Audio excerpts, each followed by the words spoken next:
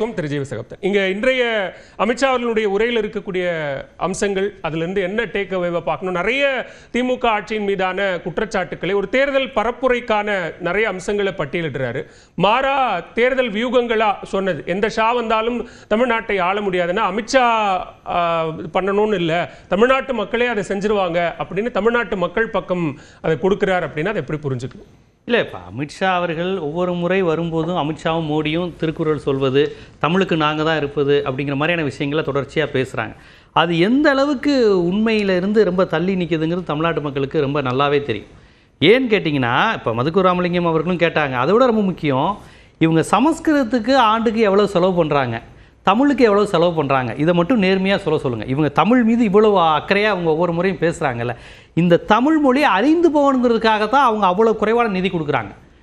அவங்க வந்து இல்லை சமஸ்கிருதத்தை விட கூட கொடுக்குற நிதி சொன்னால் நான் இந்த மேடையிலே நான் திருத்திக்கிறேன். எவ்வளோ நிதி கொடுக்குறாங்க? மொழி அழிந்து போகணும்னு ஒரு மத்திய அரசு நினைக்கும். இப்பேற்பட்ட மொழி, தமிழ் மொழி, சமஸ்கிருதம் எத்தனை பேர் பேசுகிறாங்க? 15,000 பேரா 16,000 பேரா? தமிழ் எத்தனை பேர் பேசுகிறாங்க? தமிழ் எப்பேற்பட்ட மொழியாக இருக்குது உலகம் முழுவதும்? லத்தீன் கிரேக்க மொழிக்கும் மூத்த மொழின்னு பேசுகிறாங்க. இந்த மொழிக்கு நீங்கள் எவ்வளோ கொடுக்குறீங்கன்னு தெரிஞ்சதுலேருந்தே இந்த மொழியின் மீது, இந்த நாட்டின் மீது, இந்த மக்களின் மீதான அவங்க வன்மம் தெரியுதுல்ல. தமிழ்நாட்டின் மீது அவர் சொன்ன மாதிரி ஐயா வந்து அப்படியே சொல்கிறாங்க, இது பீகாரி பிரசாந்த் கிஷோரும் இது ஒன்றுன்னு. அன்னைக்கு மோடி பேசினது தமிழர்கள் திருடி கொண்டு போயிட்டாங்கன்னு தான் சொன்னார்.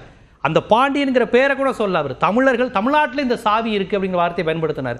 இது எந்த அளவுக்கு ஒட்டுமொத்த மாநிலத்தையும் அவர் இழிவுபடுத்துற விஷயம்.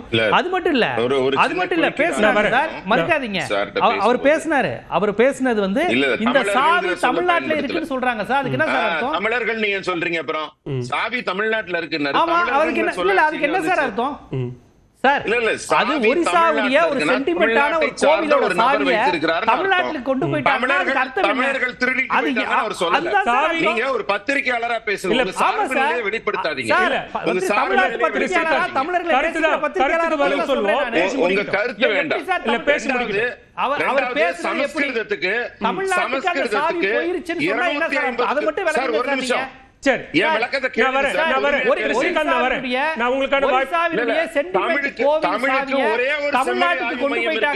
அதுக்கு என்ன அர்த்தம் சார்? அதுக்கு மட்டும் சொல்லுங்க சார். நீங்க சார் நான் சொல்றேன் சார், சொல்றேன் உங்களுக்கு ரெண்டுக்கும் பொறுமையா விளக்கம் கேளுங்க, கூட கூட பேசாதீங்க. தமிழுக்கு செம்மொழி தமிழாய்வு மையம்ங்கிற ஒரே ஒரு அமைப்பு இருக்கு. ஆனா சமஸ்கிருதத்துக்கு 240க்கு மேற்பட்ட அமைப்புகள் இருக்கு. அதனால ஒரே ஒரு அமைப்புக்கு எவ்வளவு பணம் கொடுப்பாங்க? 240க்கு இத்தனை. இதுல இன்னொன்னு தெரியுங்களா? அதுல 160க்கு மேற்பட்ட அமைப்புகள் காங்கிரஸ் திமுக ஆட்சி காலத்தில் அமைக்கப்பட்டது சமஸ்கிருதத்துக்கு. அதனால எத்தனை சேர் இருக்கு, எத்தனை யூனிவர்சிட்டி இருக்கு? ஒரு நிமிஷம் சார், அதுக்கான விளக்கமா நான் அதை எடுத்துக்கிறேன், பேசுவோம். நீங்க கேட்ட விளக்கத்துக்கான பதிலா நான் எடுத்துக்கிறேன். தமிழ் முடிக்கட்டும், நான் உங்ககிட்ட வரேன். தமிழ்நாட்டுல நீங்க சொல்ற பொய்யுரைக்கும் பெரிய வித்தியாசம் இருக்கு. போனாலும் இருக்கும், பிரதமர் என்ன பேசினாருங்கிறது இப்ப போனாலும் இருக்கும். நாங்க யாருமே கற்பனையா பேசல. அது மட்டும் இல்ல, இவங்க ஒரிசால தமிழ்நாட்டை பத்தி மட்டும் சொல்லல. கர்நாடக தேர்தலின் போது கேரளால வந்து இந்த மாதிரி இந்து பெண்களுக்கு முஸ்லிம்களால் பாதிப்பு, கேரளா அப்படி இருக்கு, அங்க அதை பத்தி வந்த கேரளா ஸ்டோரி படத்தை வெளியிட மாட்டேங்கிறாங்கன்னு கர்நாடக மாநில தேர்தலுக்காக மலையாள மக்களை பற்றியும் இழிவுபடுத்தி பேசினாங்க அவங்க. அதாவது இவங்க எந்த மாநிலத்துக்கு போனாலும், மதுரைக்கு போனா அங்க தமிழ்நாடை பத்தி பேசுறது, ஒரிசாக்கு போனா அங்க வட இந்திய தென்னிந்திய பிரச்சனை பத்தி பேசுறது, ஏன் உத்தரப்பிரதேசத்திலையும் தென்னிந்தியர்களை பத்தி இவங்க பேசினாங்க. சோ இவங்க வந்து பிரதமராக ஒரு நாட்டை ஆள்பவர்களாக ஒரு லும்பன் மூவ்மெண்ட் செய்வதை தடுக்கக்கூடியவங்களா இருக்கணும். இவங்க வந்து ஒரு மொழி பகைமை இருக்கக்கூடாது, இனப்பகைமை வரக்கூடாது, மத பிரச்சனை வரக்கூடாதுன்னு தான் ஒரு அரசு நினைக்கணும். ஆனா இவர்கள் பேசுவது எல்லாமே ஒரு மாநிலத்துல போய் இன்னொரு மாநிலத்தை பத்தி பேசுறது. நான் தமிழங்கிறதுனால பேசலாம், ஏன் கர்நாடகத்துல போய் கேரளா மக்களை பத்தி அப்படி பேசுனாங்க, ஜிகாத்தின்னு பண்றாங்கன்னு? கேரளா ஸ்டோரி ஹிந்தி தெரியாது போடாங்கிறது என்னங்க சார்? ஹிந்தி தெரியாது போடாங்கிறது என்னது சார்? அது வந்து உண்மை குரலா? இப்ப சொல்ற ஹிந்தி தெரியாது போடாதா சார்? ஹிந்தி தெரியாது போடாதா? நீங்க திணிக்கிறீங்க. ஒருத்தர் பேசணும், நான் பேசிட்டு உங்களிடம் வரேன், நீங்க பதில் சொல்லுங்க. தாராளமா பதில் சொல்லுங்க. இல்ல சார், ரொம்ப அழகா ஹிந்தி தெரியாது போடா, நீங்க இந்தி மக்களை அது இழிவுபடுத்துவது கிடையாது. எங்க மீது ஒரு மொழியை திணிக்கும் போது நம்ம சொன்னது ஹிந்தி தெரியாது போடான்னு இப்பயும் சொல்றோம். இப்பயும் தமிழ்நாடு அரசு சொல்லுது. இதுல அதிமுகவுக்கு உடன்பாடு இருக்குன்னு நினைக்கிறேன். அதிமுக இதை மறுக்காது, ஏன்னா இந்திய எதிர்ப்புங்கிறது அதிமுகவின் கொள்கையும் கூட.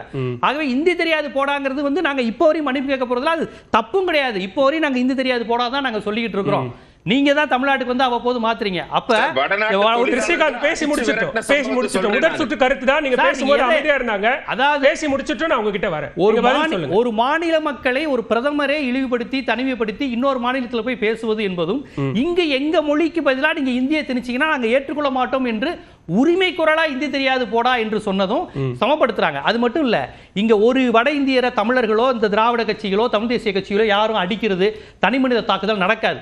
ஆனா பிற மாநிலங்கள் அப்படி கிடையாது. இவங்க ஆட்சி செய்யற மகாராஷ்டிராலாம் பிற மாநில மக்கள் பாதிக்கப்படுவாங்க. பரீட்சை எழுத போன தமிழர்களையும் மலையாளிகளையும் அடிப்பாங்க.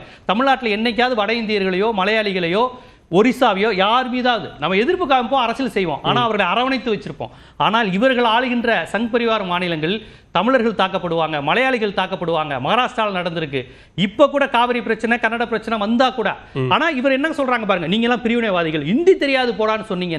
இந்தி தெரியாது போடான்னு மாறா இன்னைக்கு திரு அமித்ஷா அவர்கள் திமுக தான் இந்த பிரிவினைவாதத்தை செய்து, குறிப்பா தென் தமிழகத்துல சாதி மற்றும் பிரிவினைவாதத்தால் அவர்கள் பலனடைந்து கொண்டிருக்கிறார்கள் அப்படிங்கிற குற்றச்சாட்டை. எந்த சாதி முதல்ல என்ன மாதிரியான பிரிவினைவாதத்தை இவங்களை பொறுத்தவரை பிரிவினைவாதம்ங்கிறது எங்களுக்கு ஜிஎஸ்டி நிலுவைத் தொகை தா, எங்களுக்கு தர வேண்டிய வரி தொகையை நீங்க மீண்டும் தரணும், எங்களுக்கு ₹1 வாங்கிக்கிட்டு 26 பைசா தரீங்களே, இதெல்லாம் இவங்களுக்கு பிரிவினைவாதம். நாங்க அதிகமா தரோம், தமிழ்நாட்டிலே அதிகமாக உற்பத்தி தரக்கூடிய மாநிலம் மகாராஷ்டிராக்கு அடுத்து தமிழ்நாடு தான். நாங்க அதிகமா உழைக்கிறோம், அதிகமா கொடுக்கிறோம். தமிழ்நாட்டினுடைய பெருமை, பொருள் உற்பத்தி, இதையெல்லாம் வச்சுதான் இந்தியாவுடைய பொருளாதாரமே இருக்கு. சென்னைன்னு ஒரு மாவட்டம் இல்லைன்னா இந்தியாவுக்கு பொருளாதாரமே பாதிக்கு மேல போயிடும். அந்த அளவுக்கு இந்தி பேசாத மாநிலங்கள்ல மகாராஷ்டிரா, தமிழ்நாடு, கர்நாடகா தான் இந்தியாவையே வாழ வச்சுக்கிட்டு இருக்கு பொருளாதாரத்துல. சென்னைன்னு ஒரு மாவட்டம் மட்டுமே எவ்வளவு கொடுத்துட்டு இருக்கு பாருங்க. இவ்வளவு கொடுத்த நம்ம எங்களுக்கான வரி பாக்கி எங்க, எங்களுக்கு கொடுக்க வேண்டியது எங்க அப்படின்னு சட்டப்பூர்வமாக நமது நிதியமைச்சர், முன்னாள் நிதியமைச்சர் பிடிஆர் இருக்கட்டும், தங்கம் தென்னரசு சட்டப்பூர்வமா சட்டமன்றத்தில் பேசுறாங்க. உங்களை மாதிரி வந்து தேர்தல் பிரச்சாரத்துல அவங்க தரல இவங்க தரலங்களே. நான் கேட்கிறேன், இவ்வளவு தூரம் இந்தி தெரியாது போடான்னு சொல்லியிருக்கோமே, இங்க வட இந்தியர்களுக்கு என்ன இருக்கு? வட இந்தியர்கள் இங்க வந்துட்டு என்ன சொல்றான், இது சொர்க்கங்கிறான். பொன்வில்சனும் கோடிட்டு காட்டுறாரு. நீங்க யூபி அரசாங்கத்துல 10 ஆண்டுகள்ல சேர்த்து உங்களுக்கு கொடுக்கப்பட்ட தொகை வெறும் 1,53,000 கோடி தான். ஆனா மோடி அரசு 10 ஆண்டுகள்ல கொடுத்த தொகை 6,80,000 கோடி. அப்ப அந்த வித்தியாசத்தை பார்க்க மாட்டீங்களா? 10 வருஷத்துல தனிநபர் வருமானம் எவ்வளவு ஏறி இருக்கு. இதைத்தான் நிர்மலா சீதாராமன் வந்து ஒரு 2 மாசத்துக்கு முன்னாடி இதே தான் சொன்னாங்க. நிர்மலா சீதாராமன் சொன்னாரு, மோடி இந்த ராமநாதபுரத்துக்கு வந்தாருல 2 மாதத்துக்கு முன்னாடி இதே தான் சொல்றாங்க. அதனுடைய விகிதாச்சாரம் எவ்வளவு பெர்சன்டேஜ் இவங்கள்ட்ட அந்த குழு, மாநில திட்ட குழுல ஒவ்வொரு மாநிலத்துக்கும் எவ்வளவு பெர்சன்டேஜ் கொடுத்திருக்கீங்கன்னு பேச சொல்லுங்க. வருமானமா கொடுக்க கூடாது. விகிதாச்சாரம் எவ்வளவு இருக்குல்ல, 91ல வாங்கின சம்பளமும் 2000ல வாங்கின சம்பளம் ஒண்ணா, மன்மோகன் சிங் காலத்துல விட்டு போன காலகட்டத்தில் இருந்த தனிநபர் வருமானமும் இப்பயும் ஒண்ணா. எதை இவங்க ஒண்ணா தர முடியும்? முதல்ல இவங்க திட்டக்குழுல எவ்வளவு விழுக்காடு தராங்க. விழுக்காடு காங்கிரஸ் அரசு தந்ததே வஞ்சனை செஞ்சதாங்க. காங்கிரஸ் ஒன்றும் தமிழ்நாட்டுக்கு நல்லதெல்லாம் செய்யல. காங்கிரஸும் இதே டெல்லி விரோத போக்கு, தமிழர் விரோத போக்கு தான் பண்ணுச்சு. அதை விட இவங்க 100 மடங்கு மோசமா செய்யறாங்க. ஆனா காங்கிரஸ் கவர்மெண்ட் பிரச்சனை என்னன்னா, கூட்டணி கட்சி நெருக்குனா பயப்படுவாங்க, இந்திய அரசியலமைப்பு சட்டத்துக்கு கொஞ்சம் பயப்படுவாங்க, மக்கள் வலிமைக்கு பயப்படுவாங்க. பாஜக அரசு அதை எதையும் செய்யாம இதை எல்லாத்தையும் எப்படிலாம் வேற வழியில டேக்கிள் பண்ணலாம்னு யோசிக்கிறாங்க. மற்றபடி எதுக்கு எடுத்தாலும் காங்கிரஸ் சொல்றாங்க. காங்கிரஸும் ஒன்னும் தமிழ்நாட்டுக்கு ஒன்னும் செய்யல. பெரிய லெவல்ல அவர்கள் மீது நமக்கு கடுமையான விமர்சனம் உண்டு. ஆனால் அவர்களே பரவாயில்லைங்கிற அளவுக்கு தான் இவர்களுடைய ஆட்சி மோசமா இருக்குங்கிறது தான் நம்முடைய குற்றச்சாட்டு. இந்த திமுக மீதான விமர்சனங்களை தாண்டி இந்த பயணத்தின் மூலமாக கூட்டணி பலப்படுறதுக்கான வாய்ப்புகள் மேலும் பல முக்கிய கட்சிகள் வரும்னு சொல்லக்கூடிய நம்பிக்கையின் வெளிப்பாடா ஏதாவது? எந்த முக்கிய கட்சி இவங்களோட கூட்டணியில் இருந்த பாமக இன்னைக்கு 2 கட்சியா இருக்கு. ஒருவேளை அன்புமணி ராமதாஸ் கட்சி, ராமதாஸ் கட்சின்னு 2 கட்சியா பிரிஞ்சு 2 கட்சி எங்கள்கிட்ட வரும். சோ எங்களுக்கு பாத்தீங்கன்னா 2 கட்சி வந்திருக்கு மாதிரி சொல்ல போறாங்களான்னு தெரியல. தேமுதிக 2ஆ பிரிவதற்கு வாய்ப்பு இல்ல. அது ரொம்ப அரை விழுக்காடு 3/4 விழுக்காடு தான் வாக்கு விழுக்காடா இருக்கு. அதை 2-3ஆ பிரிக்க வாய்ப்பு இல்ல. ஜான் பாண்டியன் கட்சி அவர்கள் இருக்காங்க, வாசன் அவர்களுடைய கட்சி இருக்கிறாங்க, பூவை ஜெகன்மூர்த்தி கட்சி இருக்கிறாங்க. இதுதான் அவங்களுடைய கட்சி. இதுல எந்த கட்சி வருங்கிறாங்க? மேக்ஸிமம் எல்லா கட்சியும் இருக்கிற மாதிரி தான் தெரியுது. அந்த கட்சியில் திமுக வருவதற்கான வாய்ப்பே கிடையாது. இந்த கட்சியெல்லாம் கண்டிப்பா அவங்களோட தான் வரும். இப்ப நான் பட்டியலிட்ட கட்சிகள் கண்டிப்பா அவங்களோட தான். முதற்கட்ட கருத்தை எடுத்துக்கிற பேசலாம்.